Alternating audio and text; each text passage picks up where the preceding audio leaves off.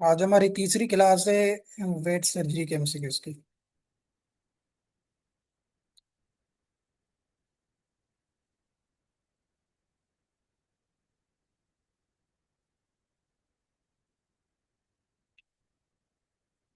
अच्छा, तो हमने ये तीन टाइप ऑफ स्विचर्स देखे थे, vertical, horizontal and persistent switcher. यहाँ तक ये थे। ये भी कर दिया था हॉरिजेंटल वाला। अच्छा, यहाँ पे 201 पे आपने ये देखना है। Can case of hernia which type of जो है ना सुचर इज अप्लाइड। हर्निया के केस में कौन सा टाइप ऑफ सुचर अप्लाई किया जाता है, ये भी आपने जहन में बिठाना है। ओवरलैपिंग है, कोइल सुचर है, लंबार्ड है, सिंपल कंटिन्यूस सुचर है। Very good. तो overlapping type of sutures use किए जाते हैं हर्निया के केस में। ठीक है, ये आपने याद रखना। ठीक है, हर्निया केस में कौन सा हर्निया क्या होता है, वैसे एक वीक होल होता है मसल्स में जहां से आर्गन वगैरह बाहर आ जाते हैं, प्रोट्रूड्स हो जाते हैं। ठीक है। तो उसको हर्निया कहा जाता है। तो उसमें उसको क्लोज करने के लिए कौन से जो है ना टाइप ऑफ सुचर्स यूज किए जाते हैं। बेस्ट सिंपल क्वेश्चन है, एक छोटा सा ओवरलैपिंग टाइप ऑफ सुचर्स होते हैं। मतलब एक दो एजेस हो जाते हैं इनमें, आप आपस में जो है ना जो है ना डिफरेंस हो जाता है। तो इनको जो है ना सुचरिंग इनकी की जाती है, इसको भी इस तरीके से इस फॉर्म में की जाती है ताकि ये आपस में मिल जाए। ओवरलैप होते हैं, मतलब एजेस वगैरह आपस में एक दूसरे को जो है ना मसल्स के एजेस ओवरलैप करते हैं। ये आप याद रखना है। और दूसरा, ये सारे इनसे एमसीक्यूज अभी निकले हुए हैं तो नीचे ऑप्शंस को नहीं देखते हैं, आगे चलते हैं। 202 का क्वेश्चन क्या है कि after replacement of prolapse of vagina and uterus which type of suture is applied. ठीक है, अगर यूट्रस और जो है ना किसका वजाइना का प्रोलेप्स हो जाएगा तो कौन से टाइप ऑफ सुचर्स किए जाते हैं जिसमें यूट्राइन या वेजिनल जो है ना उसमें प्रोलेप्स क्या होता है, वो आउटसाइड ऑफ द बॉडी हो जाते हैं प्रोलेप्स, ये आपने देखा होगा। ठीक है। तो अभी उसको क्या किया जाता है, बैक पुश बैक किया जाता है ताकि वो नॉर्मल पोजीशन में आ जाए। तो उस टाइप में कौन से टाइप ऑफ सुचर्स यूज किए जाते हैं, कोयल टाइप ऑफ सुचर्स यूज किए जाते हैं। ठीक है, ये आपने याद रखना है। वेजेनल या यूट्रस का प्रोलेप्स जब भी पूछे तो इसमें कोयल टाइप ऑफ सुचर्स यूज किए जाते हैं, ये आपने याद रखना है। ये भी इस फॉर्म में होते हैं। ठीक है, इस तरीके से। इस तरीके से एम टाइप ऑफ स्विचर से इस तरीके से नजर आना, इस तरीके से किए जाते हैं। तो ये कोयल टाइप ऑफ स्विचर्स वो यूज किए जाते हैं वेजिनल एंड यूट्राइस प्रोलेप्स। फिर 203 पे क्वेश्चन क्या है कि which type of suture is applied on rumen and uterus rumen rumenotomy, या इन पे जो मैंने पहले बताया था।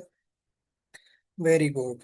Lombard Lembert type of sutures किए थे, तो ये हमने डिस्कस किए भी थे कि लंबार्ड टाइप ऑफ स्विचर्स जिसकी एजेस वगैरह बनती हैं, इन्वर्टेड एजेस बनती हैं। ठीक है, तो इसकी क्या होती है, मतलब इस टाइप ऑफ एजेस बनती हैं इसकी। ह्यूमन को इस तरीके से क्लोज किया जाता है, मतलब ये वाली जो साइड वाली एजेस है ना, इसको इन्वर्टेड कहा जाता है। तो ये लंबार्ड टाइप ऑफ स्विचर्स होते हैं। ठीक है, ये वाले। तो ये किसमें ह्यूमन वगैरह को क्लोज करने के लिए या यूट्रस वगैरह को, इनको जो है ना लंबा टाइप ऑफ स्विचर्स यूज किए जाते। सिंपल स्किन लेसिरेशंस के लिए कौन से टाइप ऑफ स्विचर्स यूज किए जाते हैं, ये भी आपने याद रखना है। तो ये लास्ट हमारे पास ऑप्शन बचता है, वो क्या है, सिंपल कंटिन्यूस। अभी सिंपल स्किन लेसिरेशन किसे कहा जाता है, मतलब जिसमें स्किन वगैरह कट हो जाती है या किसी कोई ट्रामा या इंजरी हो जाती है जिससे वाउंड हो जाता है किसी स्किन पे। तो अभी उसको क्लोज करने के लिए कौन से यूज किया जाए, simple continuous type of switchers. Very good. ठीक है। सिंपल कंटिन्यूस भी आप लोगों ने देखे होंगे, जो एक ही कंटिन्यूस फॉर्म में जो है ना थ्रेड जो होता है उसको यूज किया जाता है इस तरीके से। ठीक है, ये मैं बना रहा हूँ इस तरीके से तो नहीं होते, बट ये बता रहा हूँ कि इस फॉर्म में, कंटिन्यूस फॉर्म में यूज किए जाते हैं इसी तरीके से। तो ये simple continuous type of structures होते हैं। ठीक है, तो ये आपने याद रखना। तो डिफरेंट इनके जो है ना स्ट्रक्चर्स थे, क्वेश्चन थे। फिर चलते हैं नेक्स्ट क्वेश्चंस की तरफ।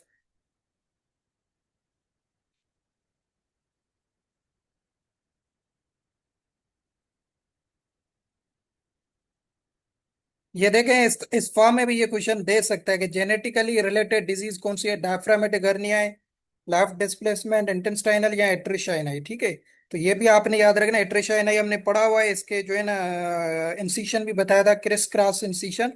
और इसके डेफिनेशन भी बताई थी, और ये बताया भी था कि ये जेनेटिकली डिजीज होती है। ठीक है, तो इस फॉर्म में भी अगर क्वेश्चन दे दे कि विच of the following is genetical disease, तो ये एट्रिशाइना आपने याद रखना है।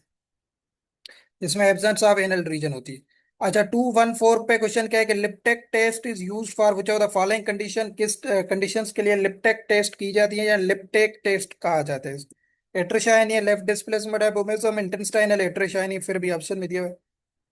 तो जो लेफ्ट डिस्प्लेसमेंट ऑफ एबोमिज्म होता है, very good, left displacement of abomasum होता है, उसमें ये टेस्ट की जाती है, क्लिनिकल टेस्ट होती है, तो ये आपने याद रखना है। एबोमिज्म क्या है? ट्रू स्टमक के, तो ये हमने डिस्प्लेसमेंट भी पढ़ी हुई है, तो बस ये डायरेक्ट आपसे भी ना इसी फॉर्म में क्वेश्चन दे सकता है अगर आ जाए पेपर में कि लिप्टेक टेस्ट किस में की जाती है, तो लेफ्ट डिस्प्लेसमेंट ऑफ एबोमिज्म आपने याद रखना है। यहाँ डिस्प्लेसमेंट ऑफ एबोमिज्म ऑप्शन में वो दे सकता है। ये तो कर दिया, परसिस्टिंग रेक्टल प्रोलेप्स में की जाती है। अच्छा, 219 पे क्या है कि विच ऑफ द फॉलोइंग कंस्टिट्यूंट्स या पार्ट्स ऑफ द हर्निया, ये कौन से, ये सारे पार्ट ऑफ हर्निया होते हैं, ठीक है। हर्निया में हर्निया रिंग भी बनती है, हर्निया सेक, हर्निया कंटेंट जो होता है उसमें वो मौजूद होता है, तो जो रिंग वगैरह होती है ये होल या ओपनिंग होती है, ये होल या ओपनिंग होती है, जहां से एब्डोमिनल वाल वगैरह या आर्गन वगैरह बाहर आते हैं, वो हर्नियल रिंग होती है। फिर होती है हर्नियल सेक, जो होती है ये बेक टाइप होती है, वो आर्गन जो बाहर आते हैं उनको सराउंड करती है, जो वो हर्नियल सेक होती है। फिर उसमें जो आर्गन इनसाइड होंगे हर्निया में, इंटेस्टाइन है, डिफरेंट एब्डोमिनल आर्गन्स हैं, वो हर्नियल कंटेंट इनको कहा जाता है।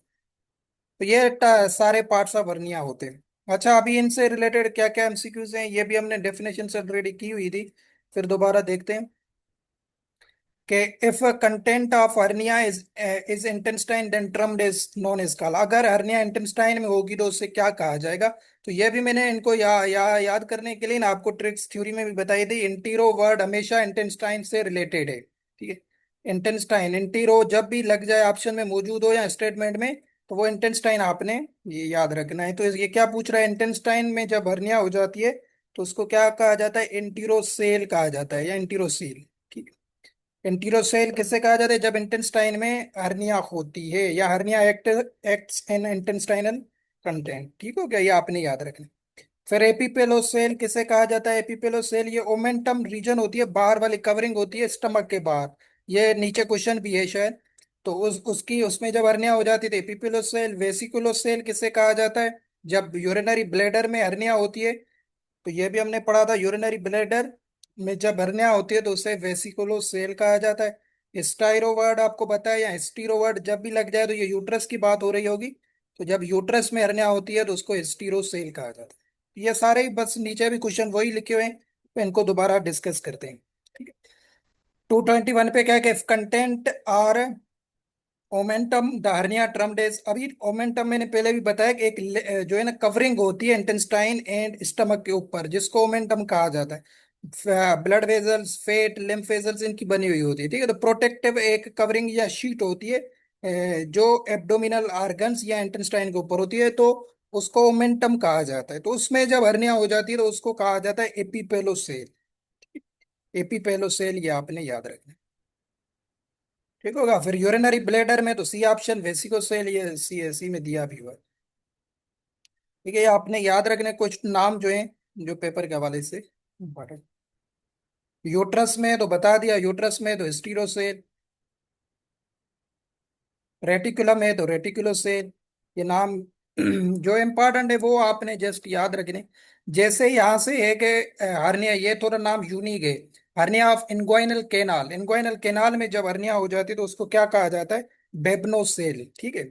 बेबनोसेल आपने याद रखना है, ये थोड़ा यूनिक नेम है क्योंकि दूसरे से जो वर्ड्स हैं उनके तो नाम से पता चल जाता है, बट बेबनोसेल आपने याद रखना है, ये इनग्वाइनल केनाल जो होता है, जहां से ग्रेन रीजन जो होती है, जहाँ बेली वाली रीजन और लेग्स वाली रीजन के बीच में होती है ग्रेन वाली रीजन, जहां से मेल में स्पर्मेटिक कार्ड वगैरह पास होती है, तो इसको कहा जाता है इनग्वाइनल केनाल, ठीक है। ये आपने याद रखना है। तो वहां पे हर्निया हो जाती है, तो जो टेस्टिस वगैरह होते हैं वो स्क्रोटम में नहीं नहीं जाते हैं, वहां पे जो स्वेलिंग वगैरह हो जाती है, तो उसको इनग्वाइनल केनाल की हर्निया कहा जाता है, जिसको बेबनोसेल एक टर्मिनोलॉजी दी जाती है, ये आपने याद रखना, ठीक है। तो बेबनोसेल इनग्वाइनल केनाल की ये जो हर्निया को कहा जाता है, ये आपने याद रखना है। और स्क्रोटल सेक जो होती है उसकी इन्फ्लाम, सॉरी, हर्निया को कहा क्या कहा जाता है? ओस्टियोसेल कहा जाता है। ये इतना इंपॉर्टेंट नहीं है वैसे। ये 228 पे वेरी इंपॉर्टेंट क्वेश्चन है। गोल्डन क्वेश्चन है, पेपर के हवाले से व्यू में भी आ सकता है, पेपर में भी दे सकता है। तो आपने इसको जरूर देखना है कि which is the internal hernia. ठीक है, ये वाला वेरी इंपॉर्टेंट क्वेश्चन बता रहा हूँ कि इंटरनल हर्निया कौन सी है। तो यहाँ पे ऑप्शन क्या है, वेंट्रल है, इंक्वाइनल है, उम्बिलिकल हर्निया है, डायफ्रामेटिक हर्निया। तो आपने याद रखना है, अभी दो टाइप ऑफ हर्नियाज होते हैं। हर्निया तो आई थिंक सबको क्लियर होगा, जिसमें आर्गन वगैरह बाहर आ जाते हैं किसी वीक होल वगैरह से। Very good. तो इसको थोड़ा समझते हैं ना, इंटरनल और एक्सटर्नल क्या होता है। एक्सटर्नल हर्निया कौन सी होती है, बेसिक सिंपल करके समझा रहा हूँ। जस्ट आपने कंसेप्ट, वो डेफिनेशन नहीं पूछेगा आपसे, यही क्वेश्चन आता है, यही बस आएगा जो ये आपको नजर आ रहा है। बट आपके जो है ना कंसेप्ट के लिए पता हो, एक्सटर्नल हर्निया वो होती है जो स्किन के अंदर होती है। ये अंडर स्किन हर्निया होती हैं, जिसमें आपको फीलिंग होती है या फील हुआ नजर आती है स्वेलिंग वगैरह आउटसाइड द बॉडी या आउटसाइड ऑफ द स्किन। तो ये अंडर स्किन होती है और इसमें स्वेलिंग वगैरह फील होती है एक्सटर्नल हर्निया में। स्वेलिंग वगैरह जो होगी वो फील होगी या जो है ना वो अपियर्ड होगी स्किन पे, ये आपने याद रहे। तो इसमें कौन कौन से आते हैं ये, उम्बिलिकल हर्निया, इनग्वाइनल हर्निया जितने, या वेंट्रल हर्निया, ये सारे जो है ना ये एक्सटर्नल टाइप ऑफ हर्निया होते हैं। या स्क्रोटल हर्निया, ये सारे एक्सटर्नल होते हैं जिसमें स्वेलिंग वगैरह जो है ना वो आर्गन की नजर आ जाती है। एक होती है, इसका दूसरा टाइप होता है इंटरनल हर्निया। इंटरनल हर्निया क्या होती है कि वो जो है ना इनसाइड द कैविटी होती है। ठीक है, इनसाइड द बॉडी कैविटी जो हर्निया होती है उसको इंटरनल हर्निया कहा जाता है। जिसमें स्वेलिंग वगैरह आउटसाइड आप देख नहीं सकते, वो अपीयर नहीं होती नेक्ड आई से। ठीक है, तो उसको कहा जाता है इंटरनल टाइप ऑफ हर्निया। और वो एक ही होती है जिसका नाम है डायफ्रामेटिक हर्निया। ठीक है, यह आपने याद रखना है। वो एक ही होती है जिसे कहा जाता है डायफ्रामेटिक हर्निया।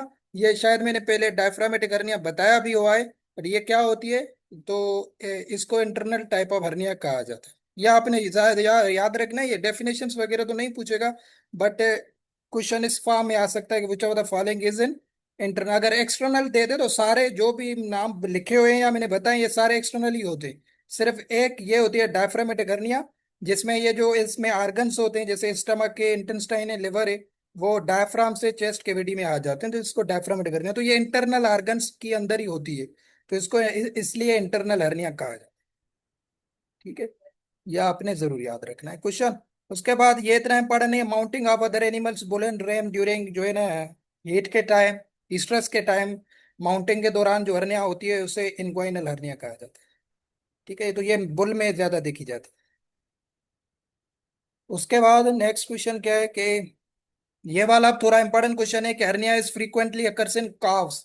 जो भी यंग वंस होते हैं ना, काफ्स हो गए, बॉयन काफ वगैरह, तो इनमें जो टाइप ऑफ हर्निया होती है वो होती है उम्बिलिकल टाइप ऑफ हर्निया। ठीक है, उम्बिलिकल पता है किससे कहा जाता है, जो नेवल रीजन होती है आफ्टर द बर्थ, उम्बिलिकल रिंग वहां पे क्या हो जाती है, वो बंद हो जाती है, क्लोज हो जाती है, तो वहां पे सोइलिंग नजर आती है, तो वो हर्निया की टाइप होता है। तो ये काफ जो होते हैं, जो बछड़े होते हैं, उनमें ज्यादा देखी जाती है। तो क्वेश्चन इस फॉर्म में आ सकता है कि यंग वंश में हर्निया कौन सी होती है, तो उम्बिलिकल टाइप ऑफ हर्निया होती है, ये आपने याद रखना है। सही है। बाकी ऐसे जितने इंपॉर्टेंट क्वेश्चन नहीं है यहाँ से, ये रिप्स वगैरह भी नहीं है इतनी। यहाँ पे क्वेश्चंस कुछ फिर डेफिनेशन से रिलेटेड है, ये देखते हैं हम। Air accumulates in pleural space is known as का। एयर जो है वो अक्यूमुलेट हो जाती है प्लूरल स्पेस में। अभी नॉर्मली क्या होता है, लंग्स में जो प्लूरल स्पेस होती है वो लंग्स और चेस्ट वाल के बिटवीन एक स्पेस होती है। ठीक है, जैसे प्लूरल स्पेस का नाम दिया जाता है। तो उसमें जो है ना एयर वगैरह नहीं होती है, तो जब उसमें एयर अक्यूमुलेट हो जाती है तो उस कंडीशन को क्या, निमोथोरेक्स, पायोथोरेक्स, हीमोथोरेक्स, हाइड्रो, ये नाम से भी जाहिर है। पायो पस को कहा जाता है, हीमो ब्लड को कहा जाता है, हाइड्रो वाटर को कहा जाता है, नीमो किसे कहा जाता है, एयर को कहा जाता है। ठीक है, तो ये प्रीफिक्स हैं कुछ जो आपने याद रखने। नीमो किसे कहा जाता है, एयर को कहा जाता है। तो निमोथोरेक्स किसे कहा जाता है, when air accumulates in pleural space. या इस तरीके से भी दे सकता है, when air accumulates in lungs, उसको क्या कहा जाएगा, निमोथोरेक्स कहा जाएगा। ये आपने याद रखना है।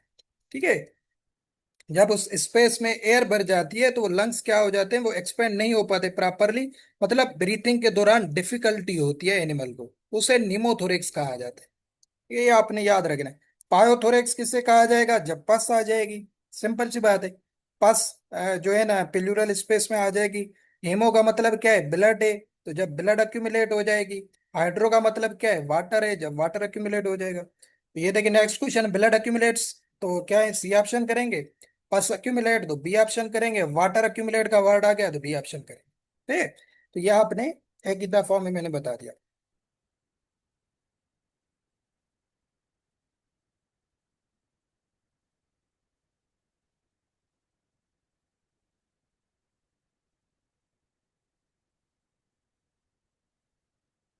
अच्छा उसके बाद 251 पे क्वेश्चन देख लें यहाँ से भी। ये इतना इंपॉर्टेंट नहीं है बट डिस्कस करते हैं। Placement of heart outside of the thoracic cavity, तो उसे क्या कहा जाए यहाँ से, जस्ट ये एक्टोपिक वर्ड में जो बताना था आपको, एक्टोपिया कॉर्डिस या एक्टोपिया कार्डिस भी इसको कहा जाता है। एक्टोपिया कार्डिस का एक्टोपिया का मतलब होता है जब डिस्प्लेसमेंट या जो है ना एक जगह से ऑर्गन कोई अपनी जगह छोड़ता है, तो उसे एक्टोपिया कहा जाता है। तो नॉर्मली जो हार्ट होती है वो थोरेसिक कैविटी या चेस्ट कैविटी में मौजूद होती है। एक्टोपिया कॉर्डिस में क्या होता है, जो हार्ट होती है वो ये कंजेंशनल डिफेक्ट होता है या बाय बर्थ डिफेक्ट भी होता है। तो उसमें क्या होता है, हार्ट जो है outside of the thoracic cavity आ जाती है, जिस कंडीशन को कहा जाता है एक्टोपिया कार्डिस या एक्टोपिया कोर्डिस भी कहा जाता है। ठीक है, ये आपने याद रखना है। ये जब भी डिस्प्ले प्लेसमेंट एक जगह से दूसरी जगह की प्लेसमेंट की बात करें ना, तो आपने ये टेस्टिस में भी होती है, स्क्राटम वाली में भी की है जगह पे।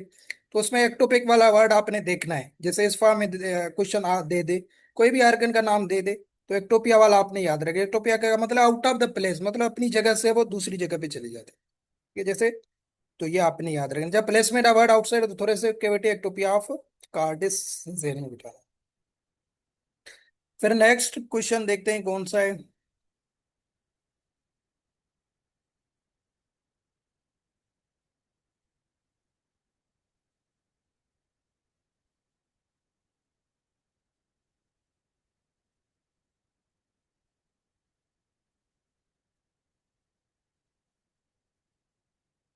अच्छा 269 क्या है कि vas deferens is cut in which of the following condition, ये सेम एक इजी क्वेश्चन है। वैसी एक्टोमी है, कैस्ट्रेक्शन है, फिमोसिस है, पेराफिमोसिस।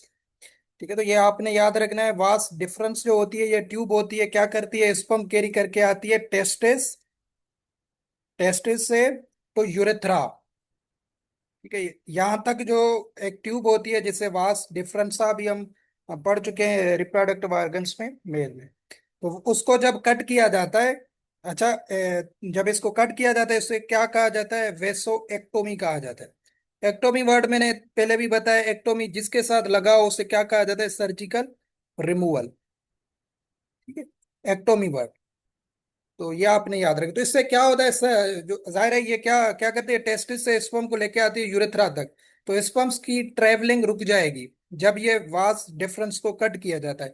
तो एनिमल क्या हो जाएगा, वो स्टीराइल हो जाएगा, अनरिप्रोडक्टिव हो जाएगा। ठीक हो गया, तो ये आपने याद रखना है। तो ये काफी जो ओनर्स वगैरह होते हैं ये चीज करवाते हैं, तो उसमें जो वेटनरियंस होते हैं ना, ये वास डिफरेंस है वो कट कर देते हैं। तो वो एनिमल बिल्कुल नॉर्मल की तरह बिहेव करता है, बट वो जो है ना आगे जो है ना जनरेशन को प्रोड्यूस नहीं कर पाता, क्योंकि प्रोडक्शन नहीं हो पाती। वाह, उसे वेस्ट एक्टोमी कहा जाता है। बाकी castration, yes teacher book, castration भी आपको सिंपल सा पता है सबको, काफी दफा आप लोगों ने, क्योंकि रिमूवल ऑफ टेस्टिस होते हैं। बाकी ये दो हैं, इनकी सेम जो डेफिनेशन यहाँ पे नीचे दी हुई है ऑप्शंस में, नेक्स्ट क्वेश्चंस में, वो आपने याद रखनी है।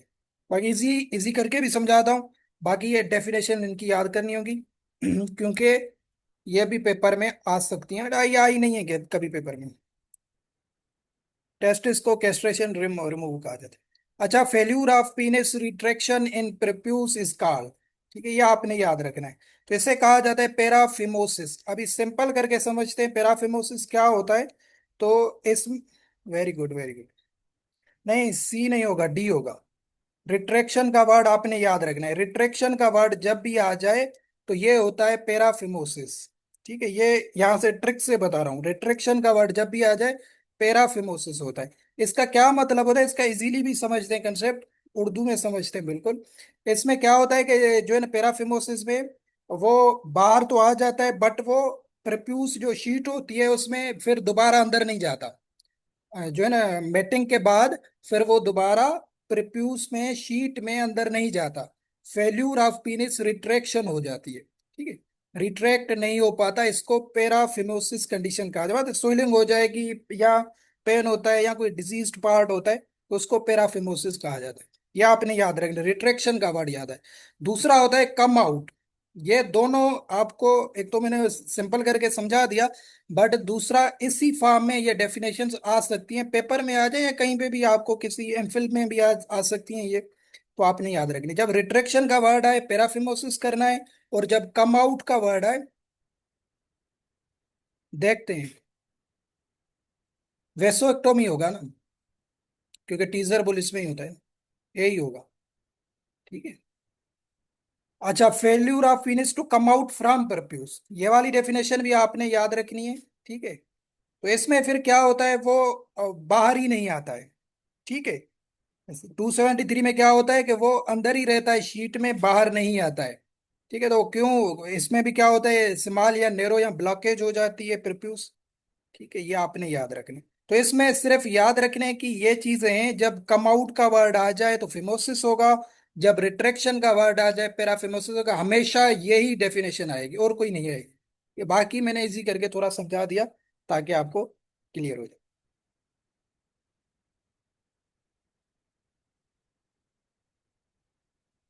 उसके बाद यहाँ पे क्वेश्चन कौन सा है।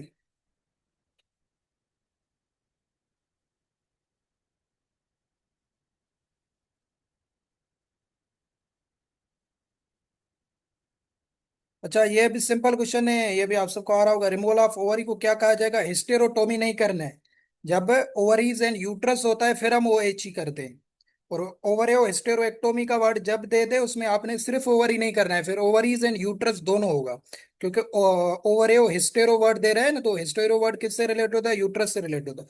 तो सिर्फ ओवरीज की बात करें तो ए ऑप्शन आपका करेक्ट होगा। ठीक है, सिर्फ अगर वो ओवरीज की बात कर रहा है, ओवरियो एक्टोमी उसे कहा जाता है। ठीक है, ये आपने याद रखें, जिसमें फिर आप दोनों या कोई एक ही सर्जिकल रिमूवल आप ओवरीज कर दें तो इसको ओवरियोक्टोमी कहा जाता है। हिस्टेरोएक्टोमी किसे कहा जाता है, जब यूट्रस को रिमूव किया जाता है। जब से सिंपली यूट्रस को रिमूव किया जाए तो उसको हिस्टेरोएक्टोमी कहा जाता है। एपी एपीएस्टोमी किसे कहा जाता है, एपीएस्टोमी कहा जाता है जब वुल्वा वगैरह पे इंसिशन दिया जाता है। ठीक है, ये तो उसको एपीएस्टोमी कहा जाता है।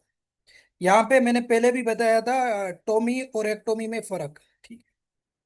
और दूसरा पेनी एक्टोमी किसे कहा जाता है, जब पीएनएस को रिमूव किया जाता है सर्जिकली। ये 280 पे क्वेश्चन है। 279 पे incision in the skin around the dorsal commissure of vulva is known is called, vulva की बात आ गई, इपिस्टोमी। ठीक है, ये आपने याद रखना है। इपिस्टियोमी किसे कहा जाता है, जब वुल्वा वगैरह पे इंसिशन दिया जाता है। टोमी वर्ड हमेशा रिलेटेड होता है किसके साथ, दोबारा बता रहा हूँ, ये सफिक्स से, जब सर्जिकल इंसिशन दिया जाता है तो उसे टोमी कहा जाता है, लास्ट में आएगा आर्गन के साथ। जिस भी आर्गन को आप इंसाइज करेंगे तो टोमी वर्ड लगेगा। अगर आप उसको सर्जिकली रिमूव कर रहे हैं तो फिर एक्टोमी का वर्ड सफिक्स में यूज किया जाता है। ये वैसे पोल्ट्री में क्वेश्चन आया भी था, उसका कि nephrectomy is called surgical incision on kidney या सर्जिकल रिमूवल ऑफ किडनी। ये क्वेश्चन आया था, इसलिए बता रहा हूँ, ये मैंने पहले भी काफी दफा बताया है। एक्टोमी जब भी लगेगा ऑप्शन में, आपने देखना है वो सर्जिकल रिमूवल की बात होगी। और अगर इंसिशन की वो स्टेटमेंट में बात कर रहा है तो फिर टोमी, यहाँ पे जैसे देखें, एपेसियोटोमी किसे कहा जाता है, टोमी वर्ड लगा है ना, तो टोमी किसे कहा जाता है, इंसिशन। स्टेटमेंट में देखो उसने इंसिशन की बात की है, ना कि रिमूवल की बात की है। Incise the skin around. ठीक है। तो इंसिशन को टोमी कहा जाता है और एक्टोमी रिमूवल को कहा जाता है, ये आपने याद रखना। और यहाँ पे देखें surgical removal of part of penis, तो पेनी एक्टोमी का वर्ड लगा हुआ है, CTOMY लगा हुआ है। ठीक है। और यूट्रस में भी देखें एक्टोमी टोमी का वर्ड लगा हुआ है, तो यूट्रस की भी। तो ये कुछ क्वेश्चंस थे इनसे रिलेटेड। फिर देखते हैं ये बनल टाइप ऑफ सुचर, ये भी हमने सर्जरी में इंपॉर्टेंट पॉइंट्स जहाँ पे थी वहां पे मैंने एमसीक्यूज कराए थे आपको, कि बनल टाइप ऑफ सुचर्स किस में किए जाते हैं, ये टेडान हीलिंग में किए जाते हैं। भाई टेडान क्या होता है, जो कनेक्ट करता है जो है ना मसल्स को बोन के साथ। टेडान क्या करता है, मसल्स को कनेक्ट करता है बोन्स के साथ, इसको टेडान कहा जाता है। तो जब उसमें कट आ जाएगा, रप्चर हो जाएगा, तो उसमें सुचर्स स्ट्रांग यूज किए जाते हैं ताकि टेंशन वगैरह ना बने। तो वो bundle type of suture use किए जाते हैं। तो ये भी एक पैटर्न होता है जो टाइप ऑफ सुचर्स में यूज किए जाते हैं। मतलब यहाँ पे एक बोन से, यहाँ पे मसल से, यहाँ पे कोई एज बन गई, रप्चर हो गया, तो इस तरीके से इसको क्लोज किया जाता है। तो इसको बंडल टाइप ऑफ स्ट्रक्चर, तो बस ये टेडान हीलिंग के लिए आपने याद रखना। सर्जरी में भी इंपॉर्टेंट पॉइंट्स में मैंने बताया था। ये वैसे इंपॉर्टेंट नहीं है, बट फिर देखते हैं। The healing is based on one wound one square theory. One wound one square theory ये किससे रिलेटेड है? ये भी टेडान हीलिंग से रिलेटेड होती है। ठीक है, ये भी आपने मतलब टेडान में कोई इंजरी हो गई तो जब उसकी हीलिंग होती है तो वहां पे कोई स्केरिंग या स्केर नजर आता है। टिश्यूज की स्केरिंग होती है, जिसको one wound one square theory कहा जाता है। तो ये भी टेडान से रिलेटेड है। तो ये भी आपने सिंपली बस इसी फॉर्म में याद रखना है, डिटेल में नहीं जाना है। ठीक है, ये दोनों ये टेडान से रिलेटेड क्वेश्चंस।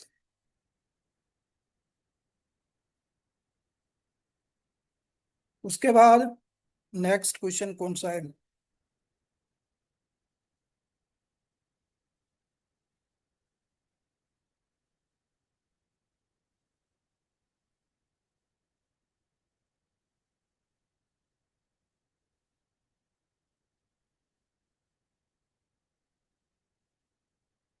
अच्छा, ये भी आपने याद रखना है। इन्फ्लामेटरी कंडीशन या इन्फ्लामेशन ऑफ कोर्निया जो होती है, यहाँ पे स्पेलिंग की मिस्टेक है, बट आपने समझना है कोर्निया की बात हो रही है। तो कोर्निया की इन्फ्लामेशन को क्या कहा? Arthritis, luxation, synovial hernia, keratitis. ये भी आपकी पोल्ट्री के पेपर में आ चुकी है, रिपीटेड क्वेश्चन है। ठीक है, 2023 में क्वेश्चन आया था, कोर्निया के इन्फ्लामेशन को क्या कहा जाता है? केराटाइटिस कहा जाता है। ठीक है, वेरी गुड। कोर्निया क्या होता है? कल मैंने बताया था, ट्रांसपेरेंट या क्लियर पार्ट ऑफ आई को कहा जाता है, या फ्रंट पार्ट जो होता है आई का, उसको कोर्निया कहा जाता है। तो उसमें जब इन्फ्लामेशन हो जाएगी तो उसे कहा जाता है केराटाइटिस कंडीशन। ये आपने याद रखना है। कंजक्टिवाइटिस वाली नहीं करनी है आपने। ठीक है, उसने कंजक्टिवाइटिस शायद ऑप्शन में दिया था। केराटाइटिस आपने याद रखना है, ये कोर्निया से रिलेटेड। जब कोर्निया में इन्फ्लामेशन होती है तो उसे केराटाइटिस कंडीशन कहा जाता है। अर्थराइटिस किसे कहा जाता है? जॉइंट्स की इन्फ्लामेशन को। लक्सेशन तो ये डिसलोकेशन होती है जॉइंट्स की, ये इन्फ्लामेशन से नहीं है। ये हर्निया है। उसके बाद क्वेश्चन क्या है कि ये भी देख लेते हैं 295 पे, कि when fracture site does not communicate with environment is known as called simple fracture, compound fracture, incomplete fracture, complete fracture. अच्छा, अभी फ्रैक्चर क्या किसे कहते हैं? जब बोन्स जो होते हैं वो ब्रोक हो जाते हैं, ब्रोकन बोन्स को कहा जाता है। तो उसमें जो सिंपल सिंपल फ्रैक्चर होता है, ये वैसे किसे कहा जाता है? सिंपल फ्रैक्चर को कहा जाता है। इसको क्लोज फ्रैक्चर भी कहा जाता है। तो इसमें बोन्स ब्रोक हो जाते हैं, उसके बाद जो स्किन होती है ना वो बच जाती है। मतलब बोन्स जो है वो कम्युनिकेट नहीं करते आउटसाइड ऑफ द एनवायरनमेंट, उस पर कोई असर नहीं पड़ता है। ठीक है, स्किन सेम रहती है, मतलब आउटसाइड ऑफ द एनवायरनमेंट, यहाँ रिस्क ऑफ इन्फेक्शन नहीं होता है वहां पे। तो इसको कहा जाता है सिंपल फ्रैक्चर, जिसमें ये डेफिनेशन भी है, when fracture site does not communicate with environment. Does not communicate with environment का क्या मतलब है? कि वहां पे इन्फेक्शन के चांसेस कम होंगे। ठीक है, फ्रैक्चर हो गया है बट वहां पे इन्फेक्शन के चांसेस कम होंगे, एनवायरनमेंट का उन पे कोई असर नहीं पड़ेगा। तो इसको कहा जाता है सिंपल फ्रैक्चर, ये आपने याद रखना है। ठीक है, ये होता है सिंपल फ्रैक्चर। दूसरा होता है कंपाउंड फ्रैक्चर। अभी कंपाउंड फ्रैक्चर किसे कहते हैं? जिसमें स्किन भी ब्रोक हो जाती है। ठीक है, स्किन भी ब्रोक हो जाती है, और ये जो है ना, इसमें इन्फेक्शन के चांसेस ज्यादा होते हैं। ये नेक्स्ट क्वेश्चन शायद यही है। तो इसमें क्या होता है? इन्फेक्शन के चांसेस ज्यादा होते हैं कंपाउंड फ्रैक्चर में। तो ये कम्युनिकेट करता है आउटसाइड ऑफ द एनवायरनमेंट। अगर यहाँ पे ये जैसे when skin is also broken along with fracture is bone in bone is non is called, तो उसे क्या कहा जाएगा? कंपाउंड फ्रैक्चर कहा जाएगा। क्योंकि ये हम नेक्स्ट स्लाइड पे चलते हैं। तो ये आपने याद रखनी। मतलब जो कंपाउंड फ्रैक्चर होता है ये कम्युनिकेट करता है किसके साथ? Outside of the environment. ये आपने याद रखना। ठीक है, फिर दूसरा होता है जो है ना, इनकम्प्लीट फ्रैक्चर। इनकम्प्लीट में क्या होता है? बस ये इनकम्प्लीट से जाहिर है मतलब पार्शियली कुछ बोन्स जो होंगे वो, उसका हिस्सा जो है वो ब्रोक हो जाएगा। तो ये यंग एनिमल्स वगैरह में होता है इनकम्प्लीट। बट कंप्लीट किसे कहा जाता है? ये तो आपको पता है, जिसमें कंप्लीटली पीसेस में वो ब्रोक हो जाता है। ये क्वेश्चन है भी सही, इनसे नीचे 297 पे अगर हम देखते हैं, when bone is not completely lost its continuity then fracture is known as called incomplete fracture। ठीक है, when complete loss of bone, complete loss हो जाए तो उसे complete कहा जाएगा। तो ये डेफिनेशन पेपर में वो नहीं देगा, क्योंकि ये तो नाम से ही जाहिर है।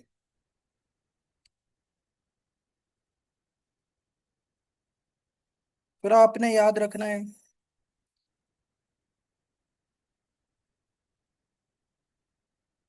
अच्छा, ये फेसेस होते हैं फ्रैक्चर के, हीलिंग के, ये भी आपको पता हो। ये तीन टाइप के फेजेस होते हैं: inflammatory phase, reparative phase, remodelling phase. ये ऑल ऑफ दीज होगा, ये तीनों टाइप ऑफ फ्रैक्चर हीलिंग के फेजेस होते हैं। इन्फ्लामेटरी फेज, पहले इन्फ्लामेशन होती है जब ब्लड वेजल्स वगैरह ब्रेक होते हैं या ब्लड कंटेंट्स फ्रैक्चर होता है, हेमाटोमा वगैरह होता है, ठीक है। तो उसको इन्फ्लामेटरी फेज कहा जाता है। ये होता है 1 to 7 डेज का इन्फ्लामेटरी फेज। उसके बाद आता है रिपेरेटिव फेज। ठीक है, रिपेरेटिव फेज जो है ये 6 वीक्स वीक्स तक होता है। इसमें रिपेयरिंग होती है, जो बोन्स वगैरह का फ्रैक्चर हो चुका है उनकी रिपेयरिंग स्टार्ट होती है। ठीक है, सॉफ्ट टिश्यूज वगैरह बनते हैं यहाँ जो है ना। उसके बाद जॉइंट जॉइंट होना शुरू हो जाते हैं, तो इसको रिपेरेटिव फेज कहा जाता है। और लास्ट फेज होता है रीमॉडलिंग फेज। ठीक है, ये आपने याद रखना। लास्ट कौन सा होता है? रीमॉडलिंग फेस होता है, जिसमें रीशेप होती है बोन्स की, या वो स्ट्रेंथन हो जाते हैं। रीशेपिंग से आपने सिंपली याद रखना। तो यहाँ पे फिनिशिंग हो जाती है, फिर बोन वगैरह हील हो जाता है। तो ये तीनों फेजेस इन्वॉल्व होते हैं किसमें? फ्रैक्चर में। ये आपने याद रखना। तो अभी पूछ ले, लास्ट फेज ऑफ फ्रैक्चर तो ये रिमॉडलिंग होगा, फर्स्ट होगा इन्फ्लामेटरी, सेकंड होगा रिपेरेटिव फेज। ये तो ये वही सेम बात है। फर्स्ट, जैसे first stage of fracture healing inflammatory phase होगी। मिडिल फेस ऑफ फ्रैक्चर तो ये रिपेरेटिव फेस होगी। अभी यहां से ना, फिर ये आई से रिलेटेड डिफरेंट एमसीक्यूज हैं, लास्ट तक यहाँ तक शायद चलेंगे। तो देखते हैं, अभी हमारे पास 4 मिनट हैं, जितने हो सके। तो ये भी डेफिनेशंस जो है ना थोड़ी इंपॉर्टेंट है, इनको देखते हैं। क्या condition in which the absence of eye ball is known as का। जब आई बॉल एब्सेंस हो जाता है तो उसको क्या कहा जाता है? इसे एनोफिथेलीमिया कंडीशन कहा जाता है। क्योंकि वैसे भी मैंने बताया, एब्सेंट का, नॉट का, जब भी स्टेटमेंट में दे दो आपने ऑप्शन वो देखना है जिसमें ए हो। ठीक है, ये ट्रिक मैंने पहले भी बताई थी। ये 2023 में भी इससे रिलेटेड कोई क्वेश्चन आया था, 18-20 में भी आया था। तो वो एब्सेंट या नॉट का जब भी स्टेटमेंट में दे ना, तो ऑप्शन में आपने ए वाला देखना है कि ए किसके साथ लगी है, क्योंकि ए का मतलब होता है नॉट। तो एनोफिथेलोमस या एनोफिथेलिमिया कंडीशन वो होती है जिसमें आई बॉल एब्सेंट होता है। वरना 2 आई बॉल्स होते हैं नॉर्मली में। तो उसमें बाय बर्थ ये भी जेनेटिकली हो सकता है, तो उसमें आई बॉल एब्सेंट होता है, तो एब्सेंट के लिए एनोफिथेलमस कंडीशन कहा जाता है, एब्सेंस ऑफ आई बॉल। तो ये आपने याद रखना है। फिर ये माइक्रो का क्या मतलब होता है? माइक्रो का स्मॉल मतलब होता है। तो जब आई बॉल मौजूद होगा but small, smaller than normal होगा। तो अगर स्मॉल की बात करें तो माइक्रोफिथेलमस होगा। बुफ्थेलमस किसे कहा जाता है? ये मैंने थ्योरी में पढ़ाया था। बुफ्थेलमस उससे कहा जाता है जब आई बॉल इंलार्ज हो जाता है और उसमें प्रेशर इंक्रीज हो जाता है। ये आपने याद रखना है, ठीक है। प्रेशर इंक्रीज हो जाता है तो उसे बुफ्थेलमस कंडीशन, शायद नीचे एमसीक्यूज भी होगा, देखते हैं। और उसके बाद है एक्सोफिथेलमस। एक्सोफिथेलमस कंडीशन किसे कहा जाता है? जिसमें एक्सो का मतलब है आउटसाइड, जिसमें आई बॉल ब्लज कर जाता है या प्रोट्रूड हो जाता है आउटवर्ड, तो उसको एक्सोफिथेलमस कंडीशन। तो ये सेम क्वेश्चन यहाँ पे है, जैसे condition in which globe in small size. Small का माइक्रो बताया ना, तो माइक्रो वर्ड यहाँ पे लिखा हुआ है, तो बी ऑप्शन करें, माइक्रोफिथेलमस कंडीशन। ठीक है। Bulging of eyeball due to excessive fluid in interior chamber, यहाँ पे कंफ्यूजन आपको होगी। यह आपने याद रखना है, दोनों में होता है, एक्सोफिथेलमस में भी और बुफ्थेलमस कंडीशन में भी ब्लजिंग होती है। बट अगर वो एक्सेस फ्लूइड की बात करें, जैसे मैंने बताया ना, इसमें प्रेशर इंक्रीज होता है या फ्लूइड ज्यादा होती है, ग्लूकोमा वाली कंडीशन की तरह होता है, तो फिर होगा बुफ्थेलमस कंडीशन। ठीक है। यहाँ जैसे 316 में अगर आप देखते हैं abnormal protrusion of I globe, तो फिर होगा एक्सोफिथेलमस। ठीक है, दोनों में ब्लजिंग एंड प्रोट्रूशन हो रही है, बट बुफ्थेलमस कंडीशन में क्या होता है? फ्लूइड ज्यादा होती है या टीयरिंग ज्यादा होती है या प्रेशर ज्यादा होता है। और एक्सोफिथेलमस में ऐसा कुछ नहीं होता, वो नॉर्मली बस एबनॉर्मल प्रोट्रूशन हो जाती है, उसको एक्सोफिथेलमस कहा जाता है। ठीक है, यहाँ तक क्लियर है? क्योंकि अभी लेस देन 1 मिनट है। सिंकिंग ऑफ आई बाई वो इन्वर्ट हो जाए तो एंड ऑफ फिथेलमस उसे कहा जाता है। यहाँ तक करते हैं, कल 318 से करेंगे, क्योंकि फिर इनकी चार चार डेफिनेशंस पढ़नी होगी सेम ऑप्शंस में। ये यहाँ तक क्लियर है क्वेश्चन, शाबाश।